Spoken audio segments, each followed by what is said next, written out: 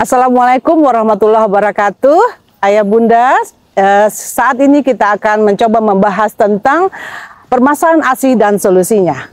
Apa saja permasalahannya? Yang pertama adalah ASI tidak keluar pada saat ibu pasca melahirkan.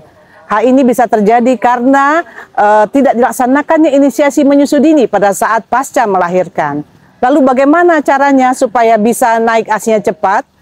Berarti anak harus lebih sering dilekatkan ke payudara ibu agar ASI-nya bisa keluar.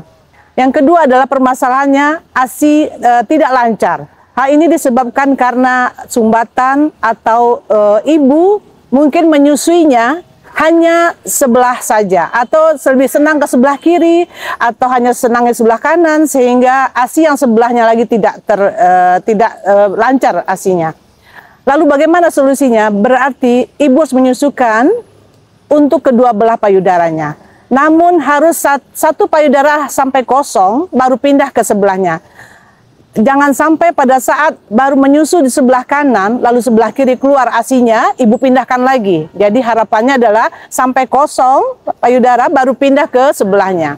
Kenapa demikian? Karena ketika tidak kosong maka otak berpikir ini tidak perlu ditambah ASI-nya gitu. Sehingga jumlah ASI-nya sedikit yang diberikan oleh perintah dari otak.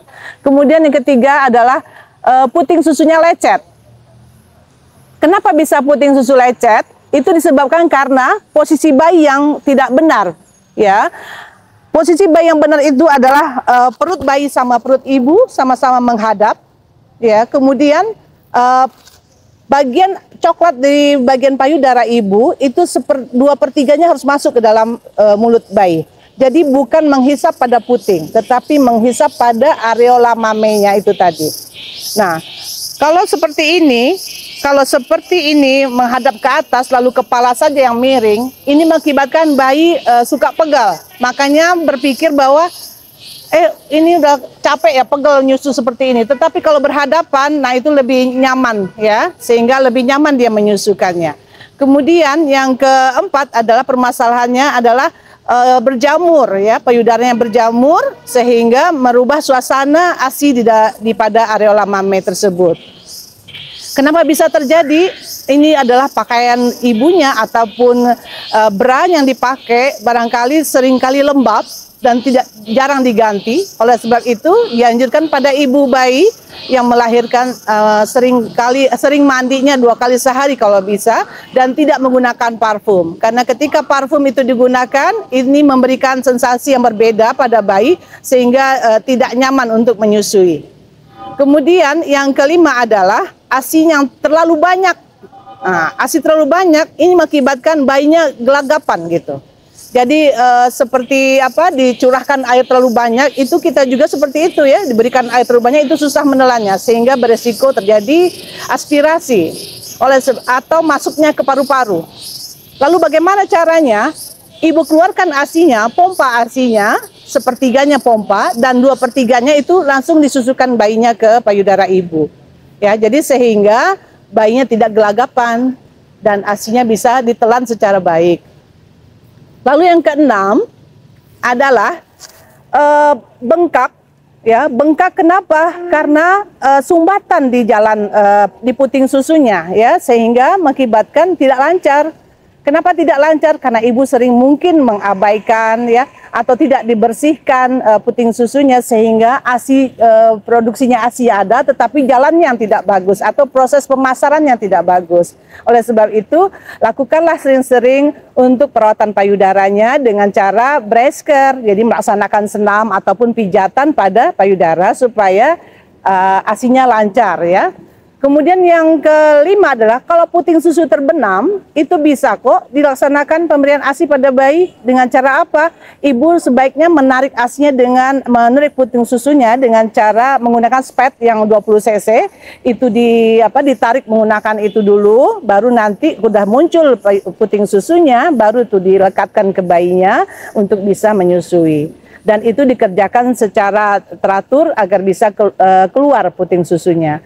Kemudian yang terakhir adalah permasalahannya adalah terlalu sedikit. Kenapa bisa terlalu sedikit?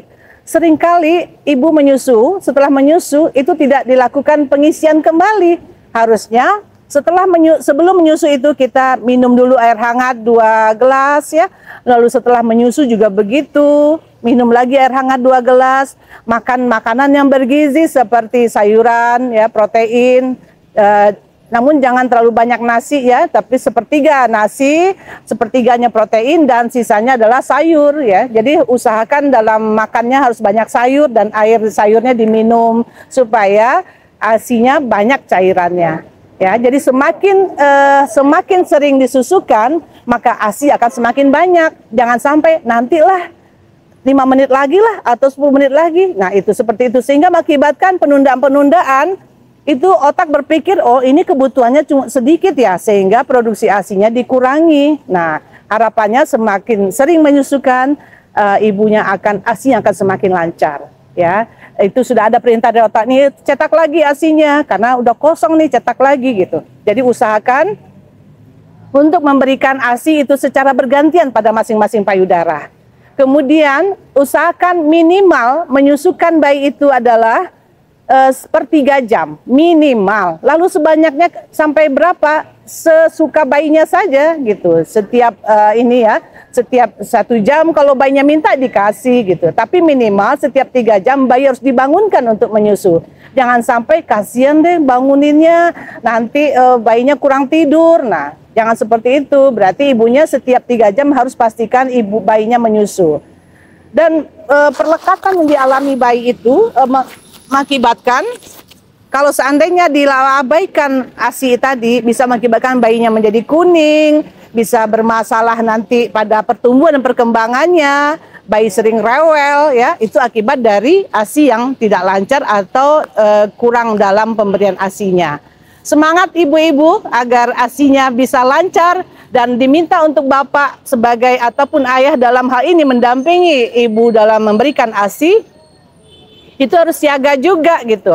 Kalau ada bayinya nangis, itu bapak temani ibunya dalam menyusukan ya, kemudian menyiapkan air hangat untuk diminum ibu, kemudian memberikan makanan yang bergizi ya, karena dua ini ada bayinya dan ada juga ibunya, tidak bisa makanannya seperti biasa gitu. Harus kandungan proteinnya harus lebih banyak, ada protein hewani dan protein nabati, sayur, buah, kalau perlu ada susu, ibu menyusui itu sangat bagus sekali ya. Bila tidak ada susu tidak apa-apa, yang penting kandungan gizinya terpenuhi ya. Jangan sampai makanannya sampai tidak bergizi seperti ikan asin atau apa, itu tidak ada gizinya. Jadi alangkah baiknya protein yang murah cukup banyak, itu seperti tahu, tempe, telur ya, itu bisa dipakai. Nah, Bapak Ibu semangat dalam memberikan susu pada ASI pada bayinya ya. Jangan pernah memberikan susu formula. Karena ketika memberikan susu formula, bayi akan tidak berespon terhadap permintaan untuk ASI. Kenapa? Karena susu formula lebih manis ya, lebih creamy karena campuran cukup banyak ya, sehingga menolak untuk pemberian ASI. Jadi sebaiknya ibu tetap memberikan ASI dan tingkatkanlah semangatnya untuk memberikan ASI ya. Harus positif, ASI saya banyak, bayi melimpah, dan itu juga suami juga harus memberikan support. Jangan sampai udahlah kasih aja susu formula, nanti kata keluarga juga begitu, udah nangis-nangis terus kasih aja susu formula gitu ya. Nah, sebaiknya diusahakan ASI-nya dengan cara support dari keluarga. Suami harus memberikan pijat oksitoksin misalnya, memberikan pijatan pada ibu supaya ASI meningkat, dan itu di RSM bisa diajarkan. Ada lagi di YouTube-nya bagaimana cara meningkatkan ASI melalui pijat oksitosin. Dan peran bapak yang terpenting adalah bahwa kebahagiaan ibu ya, ketika ibu stres dengan memperoleh bayi baru, kemudian tugas-tugas rumah tangga yang terlalu banyak, otomatis itu membuat pikirannya banyak gangguan sehingga produksi ASI tidak lancar. Jadi bapak atau ayah itu membantu tugas ibu di rumah tangga. Apa yang bisa dibantu supaya ibunya nyaman dan juga berfokus untuk melaksanakan pemberian ASI pada bayinya. Barangkali demikian Bapak Ibu, semangat untuk memberikan ASI.